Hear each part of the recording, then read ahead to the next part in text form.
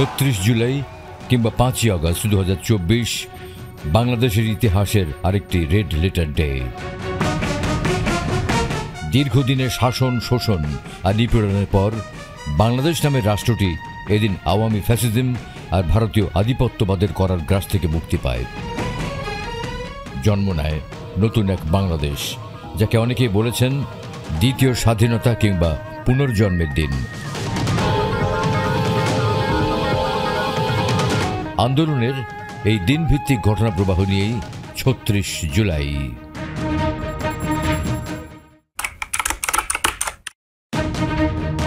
আজ সেই মাহেন্দ্র খান, ফ্যাসিস্ট আওয়ামী লীগ সরকারের ১.৫ দশকের বেশি সময় শাসন, শোষণ, জুলুম আর নিপীড়ন থেকে বাংলার মানুষের মুক্তির দিন। বৈষম্যহীন রাষ্ট্রের জন্য ছাত্র, তরুণ, যুব যে সংগ্রামে ঝাঁপিয়ে পড়েছিল, আজ তাদের সেই লক্ষ্য অর্জনেরও দিন।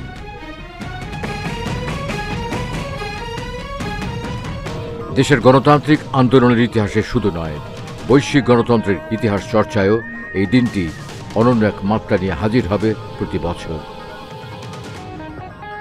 পৃথিবীব্যাপী গণতন্ত্রকামী মানুষের জন্য এই দিনটি একটি উদাহরণ হয়ে থাকবে।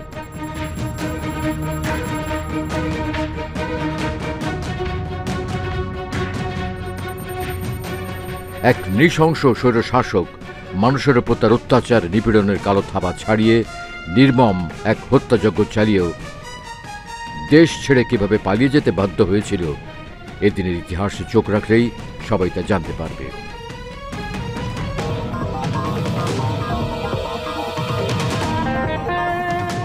যারা শাসক হবেন তাদেরকে মনে রাখতে হবে যে আপনি যে কাজটা করলেন, ইতিহাস আপনাকে কিভাবে মনে রাখবে। আজ থেকে ১০০ বছর পরে ইতিহাস আদৌ আপনার নাম নিবে কি না, অথবা ইতিহাস আপনাকে ভালোভাবে আপনার অবদানকে মনে রাখবে কি না, এই কথাটা মনে রাখতে হবে। আমরা যে শেখ হাসিনাকে ভেবেছিলাম যে শেখ হাসিনা হয়তো স্বাভাবিকভাবে মৃত্যু না দেওয়া হওয়া পর্যন্ত সে ক্ষমতা থাকবে, তাকে কোনো শক্তি সরাতে পারবে না, সেই শেখ হাসিনা ক্ষমতা থেকে ক্ষমতাচ্যুত হয়েছে। অতএব এইটা মনে রাখার বিষয় আছে যে কোনো কিছুই চিরস্থায়ী না, কোনো শক্তিই কাউকে চিরস্থায়ী রাখতে পারে না। কিভাবে মানুষের হিমালয় সম ক্রোধের বহিঃপ্রকাশ ঘটে, সন্তান হারানো মা কিভাবে কান্না না করেই প্রতিবাদী হয়ে ওঠেন, ভাই হারানো বোন কিভাবে রক্তচক্ষু নিয়ে কামানের সামনে ভয়হীনভাবে দাঁড়িয়ে যেতে পারে, ৫ আগস্ট ২০২৪ তার সাক্ষী হয়ে থাকবে দুনিয়া জোড়া মানুষের সামনে। তবে ছাত্র জনতার বিজয়ের এই দিনটিও হয়ে থাকবে বেদনার্ত অনেক ঘটনার সাক্ষী। তীব্র গণ আন্দোলনের মুখে স্বৈরাচার শাসক শেখ হাসিনা পালিয়ে যাওয়ার দিনে পুলিশ ও তার পেটুয়া বাহিনী অনেক তাণ্ডব চালায়, হত্যা করে অসংখ্য মানুষ। মানুষের রক্তে রঞ্জিত হয় ঢাকার যাত্রাবাড়ি, উত্তরা, সাভার, আশুলিয়া সহ বেশ কিছু এলাকার রাজপথ, অলিগলি। বিবিসির এক প্রতিবেদনে জানা যায়, হাসিনা পালিয়ে যাওয়ার দিনটাতে কেবল যাত্রাবাড়ি এলাকাতেই কয়েক ঘন্টার ব্যবধানে গুলিতে প্রাণ হারায় ৫২ জন মানুষ।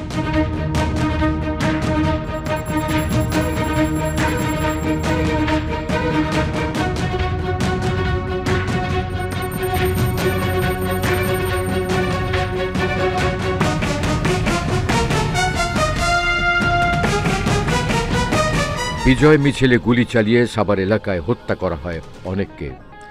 জীবন্ত মানুষকে আশুলিয়ায় পুড়িয়ে মারে পুলিশ।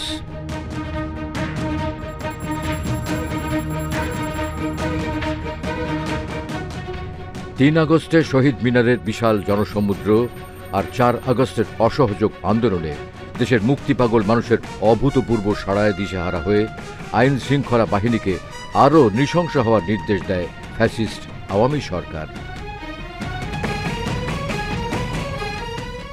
এমন প্রেক্ষাপটে মার্চ টু ঢাকা কর্মসূচির তারিখ পরিবর্তন করে একদিন এগিয়ে ৫ আগস্ট পালনের ঘোষণা দেন বৈষম্য বিরোধী ছাত্র আন্দোলনের অন্যতম সমন্বয়ক আসিফ মাহমুদ। ৫ই আগস্ট সারা দেশের মুক্তিকামী জনতাকে ঢাকার উদ্দেশ্যে রওনা হওয়ার জন্য আমরা আহ্বান জানাচ্ছি। দিনের শুরুটা হয় থমথমে আর সীমাহীন অনিশ্চয়তার মধ্যে দিয়ে। অবশ্য সময় যত গড়াতে থাকে ভয় তত দূর হতে থাকে। ছাত্র জনতা সহ আপামর জনসাধারণ নেমে আসে রাজপথে। সকলের গন্তব্য ছিল শাহবাগ। এই লং মার্চ টু ঢাকা কর্মসূচিতে সাড়া দিয়ে দেশের বিভিন্ন স্থান থেকে হাজার হাজার মানুষ শনিরাখড়া, যাত্রাবাড়ি, টঙ্গী, উত্তরা ও সাভার গাবতলীর হাইওয়ে দিয়ে রাজধানীতে প্রবেশ করে প্রথমে শাহবাগ এলাকায় জড়ো হয়। এরপর গণভবনের দিকে রওনা করে। 10টা বাজার বা তার ওই আশেপাশের সবার ভিতরে হুট করে দেখা গেল রাজপথে লাখে লাখে মানুষ। ঢাকার প্রত্যেকটা প্রবেশমুখে, আমরা যদি টঙ্গীর কথা বলি, আমরা যদি সাভারের গাবতলীর কথা বলি, আমরা যদি যাত্রাবাড়ির কথা বলি, আমরা যদি বাউবাজারের কথা বলি, প্রত্যেকটা পয়েন্টে আমরা দেখতে পাচ্ছিলাম লাখে লাখে মানুষ আসলে ঢাকা গণভবনমুখী মার্চ করছে। এবং সেই সময়ের ভিতরে আমরা দেখতে পেয়েছি মানুষের মাঝে যে প্রবল উল্লাস, তারা গণভবনে যাবে, স্বৈরাচারী শেখ হাসিনাকে বিতাড়িত করবে। এই বাদে বাংলাদেশের ওই মুহূর্তে আর কোনো প্রকার সুযোগ কারোর পক্ষে ছিল না। আমরা দেখতে পেয়েছিলাম প্রত্যেকটা স্টাবলিশমেন্ট আসলে যে অভ্যুত্থানকারী ছাত্র জনতার পক্ষে রায় দেওয়া শুরু করলো, সেনাপ্রধান এসে কথা বললেন, সব কিছুই আসলে ওই সময়ের ভিতরে ছিল। জনতা গণভবন দখলে নেওয়ার অল্পক্ষণ আগে ফ্যাসিস্ট শেখ হাসিনা ও তার বোন শেখ রেহানা সামরিক বাহিনীর হেলিকপ্টারে করে বেলা 2টার দিকে গণভবন ছেড়ে ভারতের উদ্দেশ্যে পালিয়ে যান। তার পলায়নের মধ্যে দিয়েই পতন ঘটে 1.5 দশকের অত্যাচারী এক সরকারের, যা মানুষের সব অধিকার কেড়ে নিয়েছিল, ধ্বংস করে দিয়েছিল দেশের সব গণতান্ত্রিক প্রতিষ্ঠান।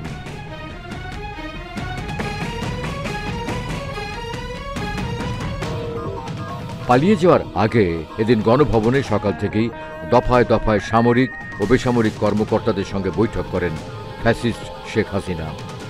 বৈঠকের এক পর্যায়ে সামরিক কর্মকর্তারা সামগ্রিক পরিস্থিতি ব্যাখ্যা করে শেখ হাসিনাকে ক্ষমতা ছেড়ে দেওয়ার পরামর্শ দেন। তারা এও জানান যে সময় দ্রুত ফুরিয়ে যাচ্ছে। বৈষম্য বিরোধী ছাত্রদের ডাকে লং মার্চ টু ঢাকা কর্মসূচির কারণে গণভবন অভিমুখে ঢাকার চারপাশ থেকে মিছিল আসছে।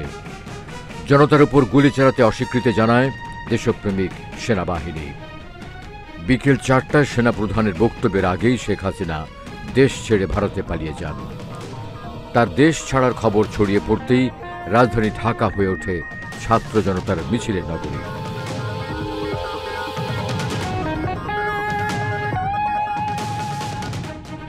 সাধারণ মানুষ আর ঘরে থাকেনি, সবাই বেরিয়ে পড়ে ছাত্রদের আনন্দ মিছিলে অংশ নেয়। স্লোগানে স্লোগানে মুখর হয় রাজধানীর বিভিন্ন প্রান্ত। গণভবন, সংসদ ভবন, প্রধানমন্ত্রীর কার্যালয় সহ যেসব স্থাপনা স্বৈর শাসনের প্রতীক হিসেবে এতদিন দাঁড়িয়েছিল, তা চলে যায় জনতার দখলে।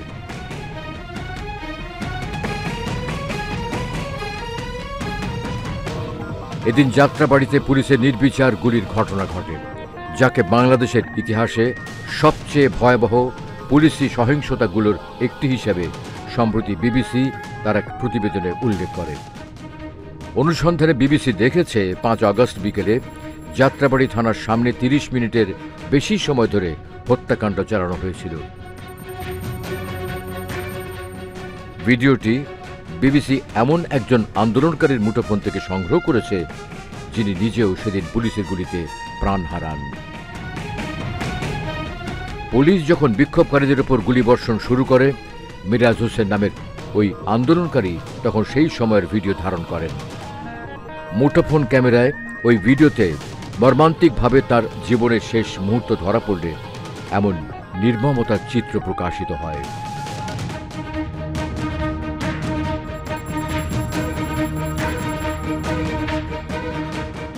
সামাজিক মাধ্যমে ছড়িয়ে পড়া ওই দিনের একাধিক ভিডিওতেও পুলিশি নিষ্ঠুরতা মানুষকে হতবাক করে তোলে। ভিডিওর মেটাডেটা বিশ্লেষণ করে দেখা যায়, সেদিন নির্বিচারে গুলিবর্ষণের ঘটনাটি শুরু হয়েছিল বেলা 2:43 মিনিটে। থানার উল্টো দিকে অবস্থিত একটি ভবনের সিসিটিভি ক্যামেরা ফুটেজে দেখা যায়, পুলিশ গুলি চালানো শুরু করার পর প্রাণ বাঁচাতে গলির ভেতর দিয়ে ছুটে পালাচ্ছেন বিক্ষোভকারীরা। ওই সময়ের আরেকটি ভিডিওতে আহত ব্যক্তিদের শরীরে লাথি মারতেও দেখা যায় পুলিশকে। এদিনের পুলিশি বর্বরতার আরেক সাক্ষী সাভার এলাকা।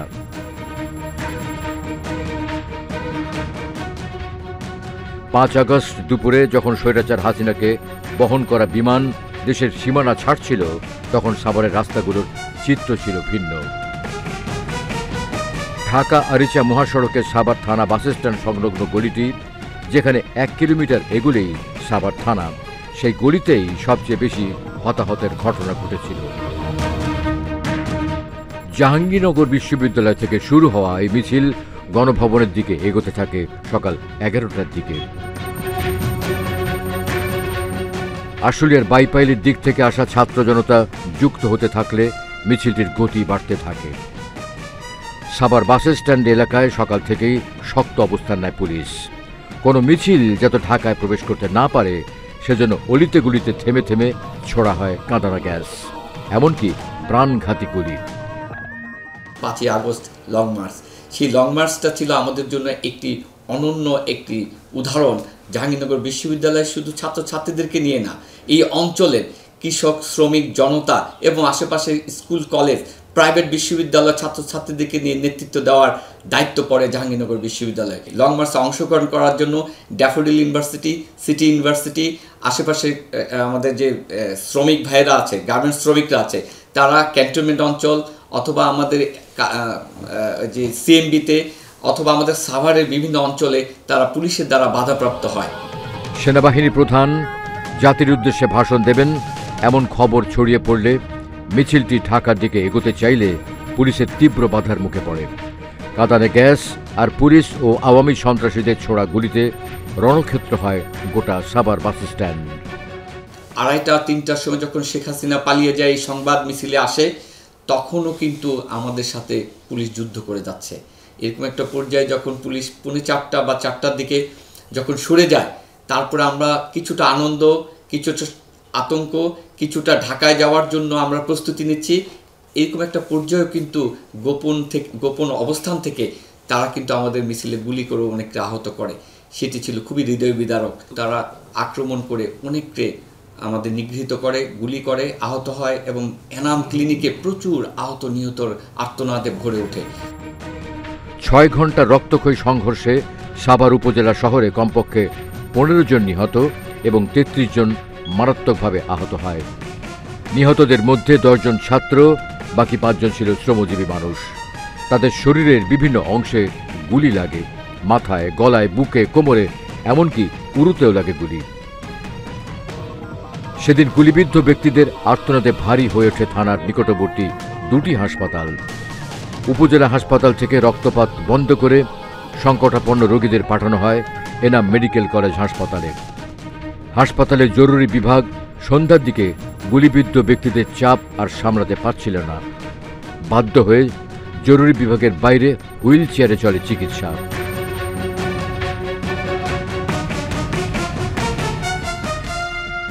গোটা দেশ যখন সরকার পতনের আনন্দে মত্ত, তখন এখানকার স্বজনদের আহাজারিতে ভারী হয়ে ওঠে বাতাস। পতিত আওয়ামী লীগ সরকার পতন আন্দোলনে সাভার ও আশুলিয়ায় 18 জুলাই থেকে 5 আগস্ট পর্যন্ত শহীদ হন অন্তত 75 জন ছাত্র জনতা।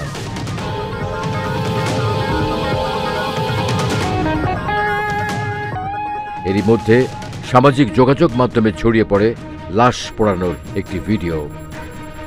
আশুলিয়ার বাইপাইল এলাকার ওই ঘটনার 1 মিনিট 14 সেকেন্ডের মর্মান্তিক, হৃদয় বিদারক ও লোমহর্ষক ভিডিওতে দেখা যায় একটি ভ্যান থেকে পুলিশ একাধিক লাশ তুলে নিয়ে নিজেদের ভ্যানে রেখে আগুন জ্বালিয়ে দেয়।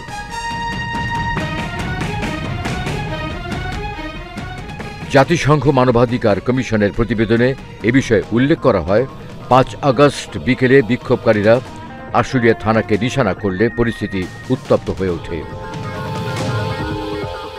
ফ্যাসিস্ট হাসিনা বিরোধী ছাত্র জনতার আন্দোলনে শুরু থেকে উত্তাল ছিল রাজধানীর উত্তরা এলাকা।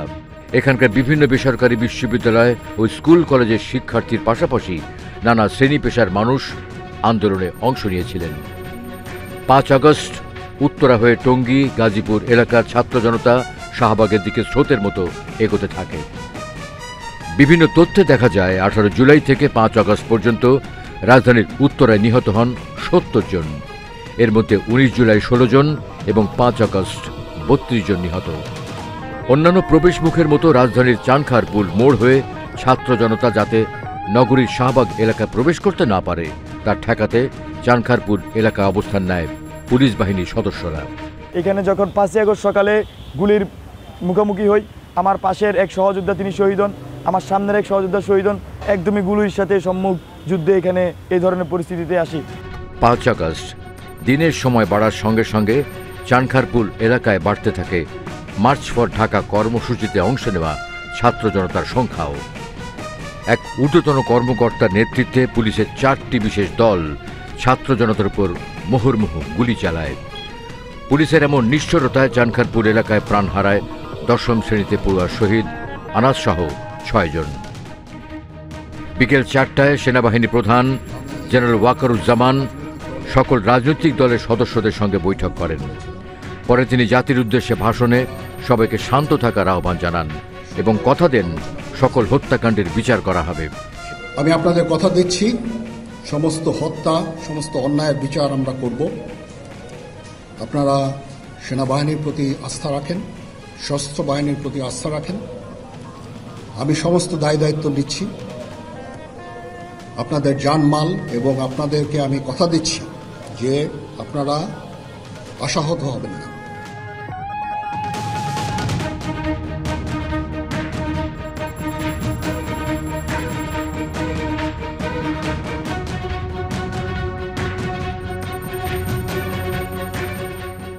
রাতে 3 বাহিনীর প্রধানের উপস্থিতিতে রাষ্ট্রপতি মোহাম্মদ শাহাবুদ্দিন টেলিভিশনে জাতির উদ্দেশ্যে জানান, একটি অন্তর্বর্তীকালীন সরকার গঠিত হবে। শেখ হাসিনা আজ রাষ্ট্রপতির কাছে পদত্যাগপত্র জমা দিয়েছেন এবং আমি তা গ্রহণ করেছি। প্রধানমন্ত্রীর পদত্যাগ ও বৈষম্য বিরোধী ছাত্র আন্দোলনে সৃষ্ট পরিস্থিতির জরুরি ভিত্তিতে একটি অন্তর্বর্তীকালীন সরকার গঠনের সিদ্ধান্ত নেওয়া হয়। সকল দল ও অংশীজনদের সাথে আলোচনা করে গঠিত অন্তর্বর্তীকালীন সরকার যত দ্রুত সম্ভব নির্বাচনের ব্যবস্থা করবে। সন্ধ্যায় এক সংবাদ সম্মেলনে আন্দোলনের অন্যতম সমন্বয়ক মোহাম্মদ নাহিদ ইসলাম দেশে চলমান ছাত্র জনতার অভ্যুত্থানকে আন্দোলনের শহীদ এবং মুক্তিকামী ছাত্র জনতার প্রতি উৎসর্গ করে বলেন, আমরা একটি অন্তর্বর্তীকালীন জাতীয় সরকারের প্রস্তাব করব। সেই জাতীয় সরকারে অভ্যুত্থানকারী ছাত্র নাগরিকদের অংশ থাকবে এবং সমাজের যে নাগরিক সমাজ সহ যে নানান পেশাজীবী এবং নানান ধরনের পক্ষ রয়েছে সকলের প্রতিনিধিত্ব নিশ্চিত করে তাদের সাথে আলোচনার মাধ্যমে আমরা একটা অন্তর্বর্তীকালীন জাতীয় সরকারের রূপরেখা এবং নাম, সেই সরকারে কারা কারা থাকবে সেই নামগুলো ঘোষণা করব। যারা এই আন্দোলনে শহীদ হয়েছে তাদেরকে আমরা জাতীয় বীর হিসেবে ঘোষণা করছি। আমরা আহ্বান জানাচ্ছি সকলের প্রতি, এই দেশ আমার, এই রাষ্ট্রীয় সম্পদ আমাদের, সেক্ষেত্রে কেউ যাতে কোনো ধরনের লুটপাট, সাম্প্রদায়িক হামলা, কোনো ধরনের উস্কানিতে কান না পাতে মুক্তিকামী ছাত্র জনতাকেই সতর্ক থাকতে হবে এবং দেশের সম্পদ রক্ষা করতে হবে। আমরা কোনো প্রাণনাশ, কোনো সহিংসতা চাই না। বিএনপি তারেক রহমান দেশবাসীকে ঐতিহাসিক মুহূর্ত শান্তভাবে উদযাপন করার আহ্বান জানান। বিজয়ের এই আনন্দঘন সময়, রাহুমুক্তির এই ঐতিহাসিক মুহূর্ত শান্তভাবে উদযাপন করুন। হাসিনা পুত্র সজীব ওয়াজেদ জয় ফেসবুক পোস্টে জানায়, আর রাজনীতিতে ফিরবে না তার মা। এদিন জাতিসংঘ মহাসচিবের উপমুখপাত্র ফারহান হক ব্রিফিংয়ে জুলাই আগস্টের হত্যাকাণ্ডে জড়িতদের শাস্তির আওতায় আনার আহ্বান জানান। অপরদিকে শেখ হাসিনার পদত্যাগের মধ্যে দিয়ে কয়েক সপ্তাহ ধরে চলা সহিংসতার অবসান হওয়ার ঘটনাকে সাধুবাদ জানায় যুক্তরাষ্ট্র। সেই সঙ্গে গণতান্ত্রিক ধারা অব্যাহত রাখার আহ্বান জানায় দেশটি। We welcome the announcement of an interim government and urge any transition be conducted in accordance with Bangladesh's laws. Finally, we are deeply saddened about the reports of human rights abuses, casualties, and injuries over the weekend and past weeks. We share our deepest condolences with those who lost loved ones and those who are suffering. Nobel Joyee professor Mohammad Yunus ছাত্র জনতার এই বিজয়কে দেশের দ্বিতীয় স্বাধীনতা হিসেবে অভিহিত করেন।